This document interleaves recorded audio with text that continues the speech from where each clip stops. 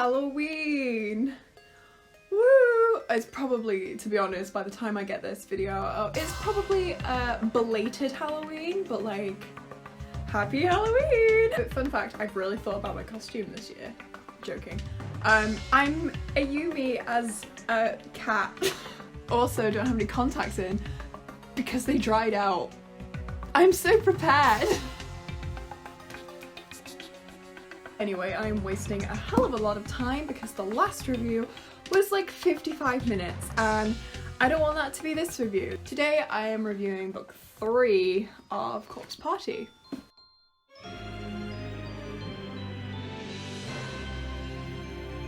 A few little notes before we start. I have stopped doing the important note for later's like numbers. Like the important note for later will still pop up, but the numbers have stopped because I have to rewatch my own videos and hearing my own voice other than when I'm having to edit it is intolerable. Not only that, but I keep messing up the numbers and I'm like, ugh, I'm just gonna stop doing it. If you're wondering where my ears came from, I made them myself. They will be on my Etsy soon. Anyway, into the review. We start off on chapter 1, which is just called Twisted Feelings. We open with a flashback of young Kizumi, who is being told off by his older brother and sister for killing a rabbit. We come out of this flashback and he's like, oh, they think they're better than me just because they're older.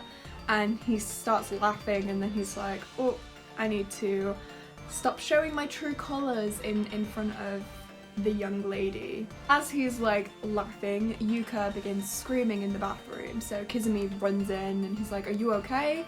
And Yuka just shows that there's a bunch of bodies hanging in every single stall of that bathroom. She panics and runs out, and that's when she can't find Kurosaki. Obviously what happened last time, he kind of got murdered by Kizumi, so of course she's not gonna find him. But yeah, so she's like, oh my god, where is he? And Kizumi's like, it's okay, we'll find him together. And he goes over and hugs her and then is like, haha, I finally have my very own little sister. And then we cut to Satoshi. Satoshi has woken up in the faculty room with no idea how he got there and no idea how he's gonna get out because the doors are all locked. So he starts looking around for a key or something, and that's when he finds some papers and like a little recording box. These papers and this recording was done in 2005 by Ko Kabiki. Pretty sure? Yeah, Kabiki. Then we have a massive info dump, so I'm actually going to read it off my notes here because I can't remember all this information like properly. I just know the brief. I put the fangs back in. So these papers read, the bodies of the children were found in the basement with one girl alive with the teacher cowering in the corner. The teacher admitted to the murders and kidnaps. He was found not guilty by reason of insanity and sent to a mental hospital. He was the principal's son and had trouble communicating, so he couldn't teach full time. He escaped the hospital, went to the school basement, and hung himself. The surviving girl is said to have not been part of Tenjin Elementary and is said to have moved away and continued living her life. The 60-year-old principal began covering his walls and floors in incomprehensible scribbles. This is really hard to talk with these fangs in actually. When his school was shut down, he jumped off the roof of Tenjin Elementary where he broke his neck and died. After reading this article that had been written, obviously there were photos in it, and he quickly realises that the girl who was in the red dress was the girl who survived from that story, and he gets very confused as to why she's in the school then and how she's dead and still the same age as when she was found. He then finds a separate note saying that the school nurse had disappeared before all the kidnappings and that the school principal was thought to be responsible. Then Naho appears. She just sort of appears out of nowhere and grabs the documents from Satoshi and says, you know, congratulations on finding them, but these aren't yours to read.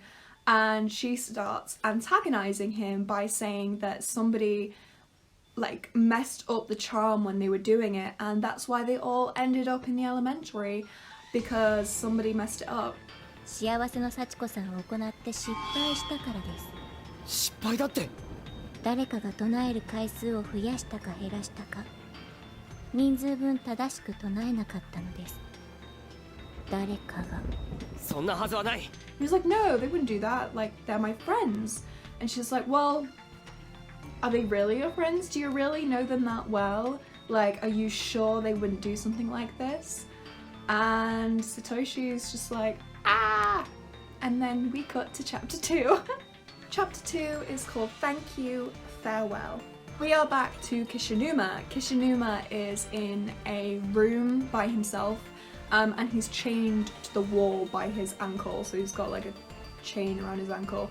And he finds an axe on the side and he grabs it and he's like, great, I can use this as defense. However, just as this happens, our big bad teacher murderer walks in with his big hammer, and obviously Kishinuma goes to swing at him to like defend himself, and the teacher's like, lol, no, and knocks the axe out of his reach. And he panics and he's like, oh my god, what am I gonna do? And this teacher lifts up the hammer and goes to bring it down on him, and he says, you know, I don't want to die, and begins shouting for Ayumi, and then the page turns black. So we cut back to Satoshi, who is now out of the faculty room. We can assume that Naho like somehow got him out during her little speech, because he doesn't remember how he got out. He certainly didn't like open any doors or anything like that. And he's out in the corridor when he hears Seiko, and she begins calling for him, and obviously he's like, oh my god, Seiko, because he doesn't know she's dead at this point. So he begins following the voice, and Seiko begins leading him somewhere. As he's being led by Seiko, he finds Naomi's phone on the floor. If you guys remember, she fell down the stairs the last we left off and she dropped her phone. Yeah, he finds her phone and obviously is like, oh my god, Naomi, and begins running off to go find her. And that's when he hears talking in the girls' bathroom. So Naomi goes into this... Satoshi goes into the girls' bathroom where he hears Naomi talking in one of the stalls, and it sounds like she's talking to Seiko, so he's like, yes, you know, like, hi, and he tries to communicate, but she's not answering, and she just continues on talking to Seiko. And then he starts hearing choking noises, and that's when he realizes something is wrong. So he breaks down the door, and that's when he finds Naomi hanging. Like a smart boy, he puts Naomi on his shoulders so that the rope gets loosened, and he notices that her hands are all like cut up and bloodied, and she's obviously tried to like get it off her because there's blood on the noose. So he, after a few attempts, he eventually gets it off and puts Naomi on the floor and like leans her back against the wall to like breathe. Naomi?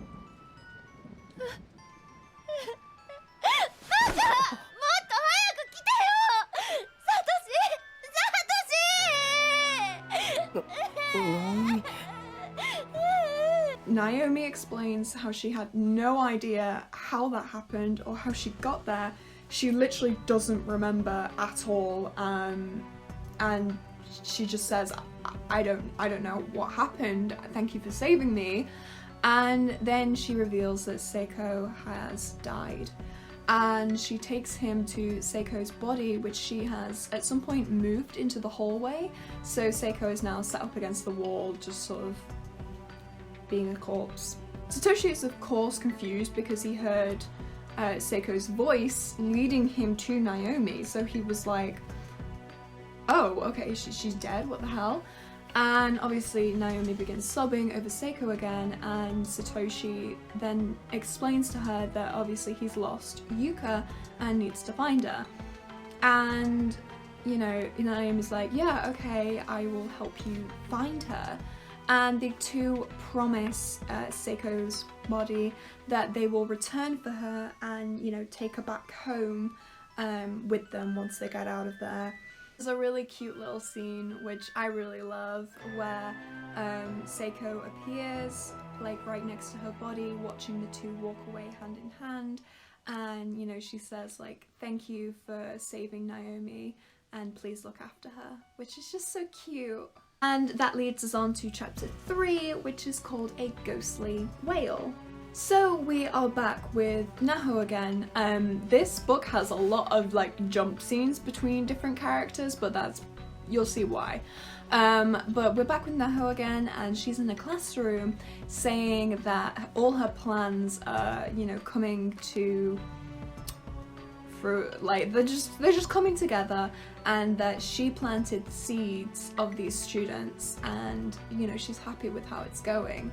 And yeah, basically she's planted the seeds of their friendship, which was the magic of the magic charm. Their friendship was the magic.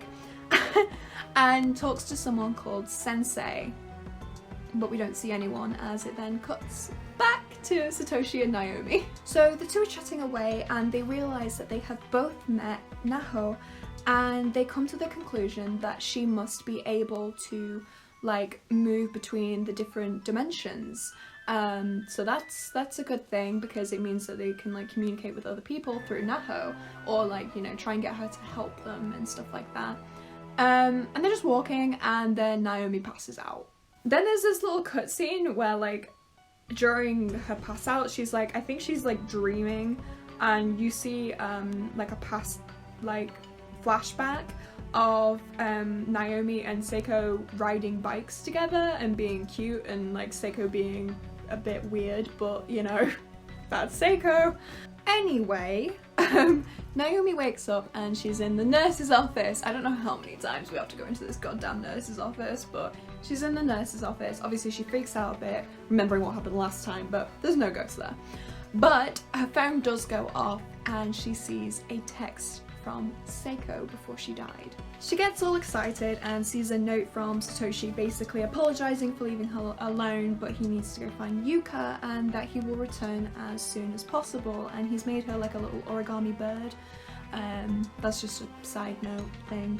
But anyway, yeah, so she sees this text from Seiko. Ayumi breaks down again, believing that she's the cause of Seiko's death due to this text, and we cut away to the next chapter. Chapter 4 is called Shackles. I don't know why I did this, like... So Satoshi has gone to find the door to go to the annex that him and Yuka went through before, the one that just appeared during the earthquake, and it's gone, it's not there anymore, but he does find Seiko's phone for some reason that's there. And he opens it and starts reading all her text messages. So I'm gonna put them there because I can't remember what they say. So Satoshi goes back to the nurse's office to show Naomi the texts, and Naomi has gone. She's disappeared, of course. He runs out the room and he's all like, Naomi, where are you? And he nearly falls down a hole in the floor, but he like pulls himself back up again. Yes, I did mention that for a reason. It is important. And he continues on going down the hallway, and that's when he finds Naomi sat in the middle of like a whole bunch of ghosts, like so many ghosts everywhere, and she's talking to Seiko's body and saying that she's gonna stay with Seiko forever, and she's like hugging her dead body and stuff. It's, yeah. And then we move on to chapter 5, which is called Thirst. I'm not entirely sure why it's called Thirst, to be honest, though. It's because it's not got anything to do with water. But anyway, these chapters are going quick, you see? I'm getting better at speeding it up. These little talking bits don't help. Naomi is saying like, I'm gonna stay with, you know, Seiko, and all these ghosts are like, yeah, stay with us, you can stay. And they hate the sight of Satoshi because they're like, oh my god, he's alive, I'm so jealous, you know, because they're dead. Anyway, he literally goes, Naomi, I'll save you, and like runs over and picks her up and like runs out with her like proper bridal style, and she's like, no, I want to stay with Seiko, and like screaming all the way. And they get back to that hole that I mentioned before, and he jumps down into this hole with Naomi in his arms to hide from the ghosties. He slaps her twice, which is amazing. There's so much slapping that goes on during this manga. So he slaps her twice and shows her the real text from Seiko. So he opens her phone and shows the real text, like, hey, this is what she actually sent, like, not what you've been reading, she doesn't want you to die. And then Naomi's like, oh my god, she doesn't want me to die, so I won't. And then she's all like, thanks, Satoshi. And just as that happens, the ghosts find them, because obviously they're just down a hole when they just ran down the corridor. Like, where else were they gonna go? Anyway, so they find them, and that black shadow, the mist, fog from before begins suffocating them, and they both begin apologising that they couldn't save each other and stuff. Then our Deus Ex Machina appears, Naho! She appears and just sort of goes, whoosh, and all the ghosts disappear. I don't really know what she actually did, because she literally just stood there and went, and then they vanished. Ears are off center. There we go. Yeah. So before they can ask Neho a question, she vanishes again, and the two hug, and Naomi promises she won't run away from Satoshi again, and that they'll stay together and try and survive and stuff like that. And then we cut to Ayumi, who is sat outside. She's gotten outside somehow, into that little walkway that we saw before on the way to the annex.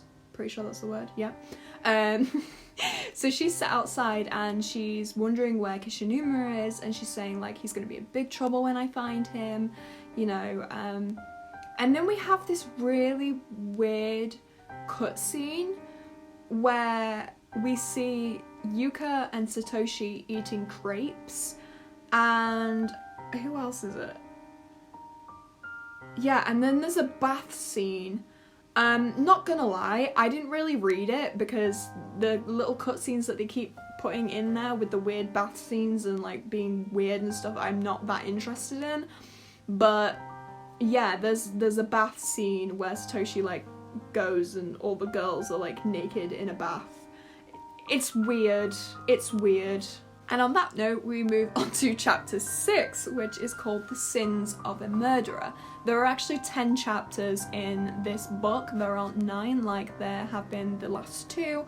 So if you're thinking they're going a bit quick, it's because A, they are, and B, there's 10 instead of 9.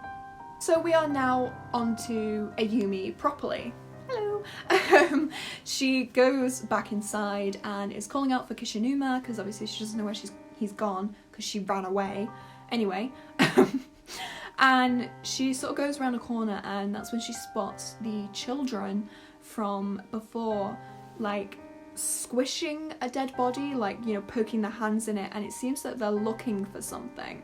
And Ayumi's sort of watching them, and she's like, oh, I wonder what they're looking for. When Naho appears and pulls her away and is like, do you have a death wish? What are you doing? Why are you just stood there watching these dead children literally squish a dead body? So Ayumi freaks out on Naho and she's like, you got Mayu killed. I mean, pretty valid. And Naho apologizes and said that she's still trying to figure all this out. It was just, she thought it would work and it didn't. But she now does have another theory, because she always sees the children searching for things. And she has a feeling that they are searching for the body parts that they've lost, the body parts that were removed during the murders, like the head, the eye, the tongs, that kind of thing. And she says that there are certain locations where she thinks they may be. Now, I don't know if this is a mess up on my part or if this is like not happened in the manga up until this part. I think it's more than likely going to be a mess up on my part of just not paying attention. But we finally found out the name of the teacher. We probably already have known it, don't chastise me for it, but like, yeah. And his name is Yoshikazu, I don't know. And she says that he is often seen in the nurse's office or on the roof, which is where she believes that the body parts have been hidden. And obviously she says, you know, if you can reunite the children with their body parts, maybe then they'll be able to move on. She gets excited again, which is just not a good sign, because every time she's gotten excited up until this point, somebody's died. You know, she says, oh, thank you to Naho. Obviously, Naho to Ayumi is a really big role model, and Naho kind of gets this flashback of her saying the same thing to Sensei, you know, the thing that we've seen before, and she's like, oh, it's okay. That looks like a triangle. She's like, oh, it's okay. Sort of snaps out of this daze and is like, it's fine, it's fine. And then yeets away, adjusting my costume whilst recording. Very unprofessional. Professional. Anyway, as she's sort of talking to Naho and then Naho disappears, the big bad killer comes in again, and he's got a big sack.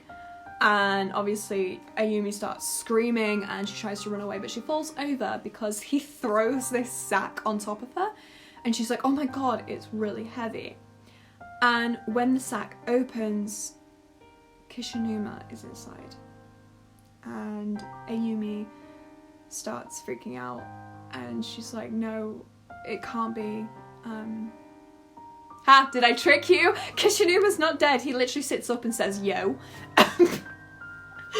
He's fine. Well, he's not fine. He's got like a couple of dents in his head, like really bloody, but he's alive. And then the teacher just sort of walks out, you know, without doing anything else. So he dropped Kishinuma off like an Uber and then just... Sorry, I'll stop joking around now. But basically Ayumi jumps on top of him and hugs him and is like, I've missed you so much. I feel so much better with you here. And he's really, you know, grateful for all that. And yeah... She just explains all the body part. I was just checking then, yeah. He just explains all the body parts. And, oh, and he explains that the, when we saw that scene of him bringing down the hammer on Kishinuma, it was actually just him breaking the chain from his foot, from the wall. So he'd actually just like smashed the chain to free him, which again, he doesn't really know why, but... So Ayumi explains the whole body part situation, and Kishinuma is obviously and understandably hesitant because he's like, well, last time we did something like this from Naho, Mayu died, and she's like, yeah, but it's, what else are we gonna do? May as well try. So he agrees, and the two go off to start finding these body parts. We are now on to chapter 7, which is called Drowned Remains. As they're walking, Kishinuma drops a piece of research, and Ayumi bends down and is like, oh, is this yours? And he's like, I don't recognise it. So she picks it up and begins reading it. So the two then also learn about the girl in the red dress as her being the survivor, and like Satoshi, are very confused as to why the girl is in school if she survived. And Ayumi also recognises the name of Kibiki. I need to remember that. I'll just say Kyo, whatever. So they first go to the roof, and when they get up there, the door is blocked with a bunch of wooden panels, and Ayumi gets that massive headache again and senses that something is wrong. And obviously Kishinuma is like, are you okay? But she gets a massive nosebleed. She says she's fine, and says that they just need to get on with it, and they break down the door. Well, they don't break down the door, they break the sort of wooden bits off the door so that they can get to the roof. And on the roof, that's when they sort of see/find like a big pool, like it's a massive pool on top of the roof. They begin searching, but Ayumi seems to think that something's in the pool, like the body parts in the pool, because she goes over and she's like, something's calling out to me. So Kishinuma goes over to a little like wheel thing where he's like, oh look, this drains the water, but before he can do that, Ayumi vanishes under the water. I remember this death as well very vividly in the game. It's a bad ending, and you can get it by if when Kishinuma and Ayumi go up to the roof, when Ayumi falls in the water, Kishinuma still drains the water while she's in there. She gets sucked into the stuff and her guts go everywhere. I just remember it because I was like, oh my god, it reminds me of Final Destination. I don't know if you've seen that scene where he gets like sucked in the swimming pool, but that sounded weird. But that's the wrong ending. Kishinuma jumps in and saves her and initially pulls out a corpse instead of Ayumi, and he begins panicking and explains the reason that he loves Ayumi in a little flashback. He was fighting with another student and she came along and was like, he's not worth it, you know, like, just let it go. And she saw Kishinuma for who he really was, not for his reputation. So he finds her and he drags her out the pool and gives her CPR and attempted mouth to mouth, but she wakes up just before that and then calls him a creep and like whacks him and stuff. So yeah. And he gives her his coat, like his school blazer, to wrap around herself to warm herself up whilst he goes to drain the pool water. Ayumi explains that she heard a voice and suddenly she was in the water. And when he drains the pool, he sees a bag in the middle of the pool. So he obviously goes down and runs over to it and picks it up. And he opens it. Oh yeah, on the outside of the bag, the names Ryu and Tokiko are on the outside. You know, the two children, the boy with his stomach split open and the girl with half the head. Their names are on the outside of this bag. So he opens it, obviously like, this is the bag.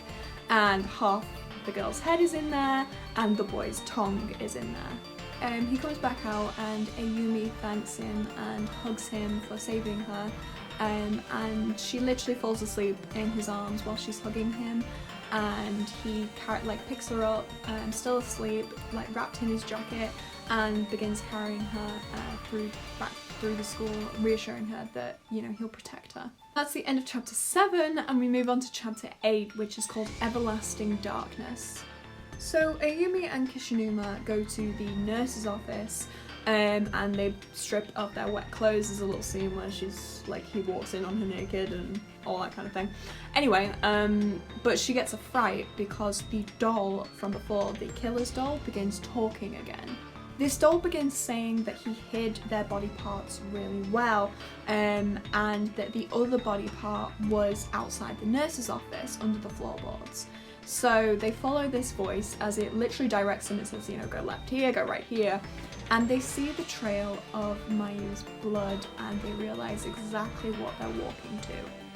The doll instructs them to go straight towards where Mayu splattered all over the wall and explains that he had hidden the eyeball and the tongue under all her guts and apologises for it. Ayumi can't do it. She can't go rummaging around in her friend's guts, and she doesn't want Kishinuma, who just starts like poking it with a stick. She's like, no, she's not something dirty, don't do that. So they're kind of out of options at this point. In fact, this is where I finished the entire book of notes that I have for all the series, so I had to go onto a notebook, which is over here. Ta-da! Anyway, Moshige turns up and he's like, oh, class rep, hey!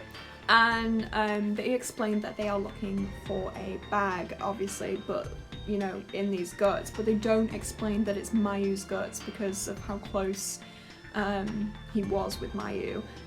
And that's when he holds up a bag with a Yuki's name on it, and he's like, oh yeah, I found a bag, is this what you mean? And when they see him properly, they realise he's covered in blood and he's been clearly rummaging around in these guts. and that's how he found the bag. And they're looking at him really weird, obviously, and he's like, why are you looking at me so strangely like that? Anyway, I'm gonna go find Mayu. And then he leaves. And just as he leaves, the ghost children turn up, screaming that they have it, you found it. And we think originally it's just like they're talking about the bags, they know about the bags. No, it turns out it's just really convenient timing because they start going for their tongue and their eyes, not the ones in the bags. Then we are on chapter 9, which is called The Birdcage Begins to Break. Ryu begins to try and cut out Kishinuma's tongue, but Ayumi presents him with his bag, and obviously the other children with their bags, and says, look, we have your things here, we found them, here you go. And you know, she gives it to them all and she's like, you have them. And they begin thanking them, and they put all their stuff back, you know, in, like the head on and eye back in and stuff, all that. And then they change and they look exactly like they did when they were alive again. And they thank them. Tokiko actually goes over to Ayumi and says, Oni-chan, Kishinuma, she goes over to Kishinuma and says, Oni-chan. And like they hug and stuff like she did with Mai. This is when an earthquake happens and everybody in the school experiences it. And this is where we find out that Yu Sensei isn't actually dead at this point. She's still alive. She's still underneath that cabinet, but she's still alive, so that's a plus. But yeah, they all experience this earthquake and they all pass out. So Kishinuma and Ayumi wake up and find themselves back in their regular classroom. They have escaped the elementary school. But when Kishinuma looks over, he sees a rift in the classroom into the elementary school. And that's when Yuki steps out, looking completely normal again and saying she was so glad she was able to get the two of them out of the school, but she just didn't have enough power to get everybody out, but she was glad she at least managed to get those two out. Ayumi is confused and she's like, why haven't you moved on? Like, I don't understand. She's like, well, we can't move on. We were just gears in that, you know, in that school, and now those gears have been removed, which means that basically all the different dimensions now have become one nexus, which means everybody can interact with everybody now, so they're all in the exact same school in the same dimension now. Yumi begs to Yuki to explain what happened that night of the murders and why it went wrong and why this curse hasn't been removed. And Yuki obliges. And that is when we move on to chapter 10, the final chapter, which is called The Series of Child Kidnappings, and Murders. Yuki explains that she had a fight with her mother that morning and she didn't want to return home to face her that night, so she stayed a bit after school where Yoshikazu, whatever, went to her and started comforting her. He asks, and then the murders happen, she confirms but begins crying and she can't go and tell them about her murders. I mean, she's just a kid, like having to relive that was just not an option. So she said that she couldn't continue telling them, but she could show them. She touches Ayumi and Ayumi collapses. Now, I'm gonna say this now, you can watch the full scene of this playing out in the anime. I am not going to put it in this review. If you want to go see it, you are more than welcome to go and watch the anime, to go and view it. I personally just find, like, I'm all for gore and stuff like that. I personally just find that scene a little too upsetting. I mean, you experience literally all the children dying and being murdered, and the sound effects and stuff are just a bit too much, and I don't feel comfortable putting that in here, even though it is online and, you know, this is Corpse Party, it is gruesome. It's just the telling the story is one thing, but actually sitting there and watching it / hearing it, you know, hearing children screaming and crying, and it's just, I don't want to watch that again, and I'm gonna put it in the review for you guys. So instead I'm just going to explain it all. If you want to go and watch that scene for whatever reason, then feel free to in the anime. Just literally look up the anime on YouTube and you will find it. But yeah, that's my little PSA over. I will not be putting in clips from that, or even though it would be so much easier and quicker to just show you, I'm not going to do that because I don't like that scene at all. Yeah, and I just rather not. Anyway, Ayumi wakes up next to Tokiko and Ryu. Tokiko is next to her and Ryu is on the very end, and she realizes she's tied up and on the floor, and that's when she comes to the conclusion that she's reliving Yuki's memories. So she's now in Yuki's body, watching everything go down. Shikazu puts a blindfold over the top of Ayumi's eyes and then hears him say order, and concludes that he's going to kill them in order of the way that they are lay on the floor. And that's when she starts hearing the screaming of Ryu and a lot of all that kind of things, and then once he stops making noises, he then hears Tokiko start to scream and make a lot of noises. Again, even just reading this, I was sat there, and because obviously they have the little noises and the sounds and the stuff that the children say when they're being murdered is really heartbreaking. Like, they call out for their mum and stuff, and it's, I don't know, you could probably tell by like the change in my tone. I don't like this scene at all. It's very uncomfortable to me. But yeah, so Tokiko dies, and then she concludes that, oh my god, I'm next. Her blindfold is removed, and when she looks over, she actually sees, I have to keep looking at his name, I don't know why. Yoshikazu, so the teacher, I'm just gonna say the teacher. They see the teacher in the corner of the room, huddled up, like covering his ears. And when she looks up above her, she sees the girl in the red dress, holding a pair of cloth scissors, all bloodied and looking manic. That's when we finally find out the name of the girl in the red dress. Her name? Sachiko. Yes, Sachiko-san, from the charm that got them here in the first place. Wow! Ayumi obviously begins fighting, and Sachiko orders the teacher to hold her down because she's moving.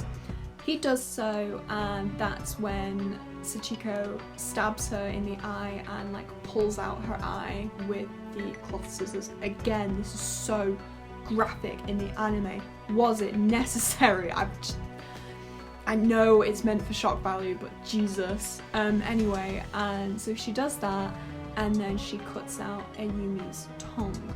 And that's when she says, I'm going to send you to mother now die. And then, obviously, this is where Yuki died, and Ayumi wakes back up again in Kishinuma's arms. She begins panicking, and she's like, I saw it, and he's like, what happened? And she explains that she'd seen everything that happened that day, and that they had the wrong killer. The killer was actually the girl who survived, and it's the girl in the red dress who's haunting the place now, which is why the curse is still in effect. On that very bleak note, that's the end of book 3! Perfect for Halloween, you know, just the most gruesome and disgusting book. Simply because of that, like, there are way more gruesome scenes, but just no. Thank you for everybody who's stuck with me this far. I'm sorry if I had a little bit of a list, but I thought keeping in the fangs was worth it because I like the look of the fangs and I wanted the fangs in. If you could hit that subscribe button and do all the liking stuff and bells and stuff like that I'm not aware of, please do that. Anything you can sort of do to promote the channel, like sharing it and stuff like that, that would be excellent. I worked really hard to get this out by Halloween. You may have noticed I'm talking a bit quicker. It's because I was like, okay, I need a short video, but I need to be able to edit it in time for Halloween because Halloween's in like 2 days. So, wait, I'm waffling. Thank you so much for joining me, and I will see you dragons later.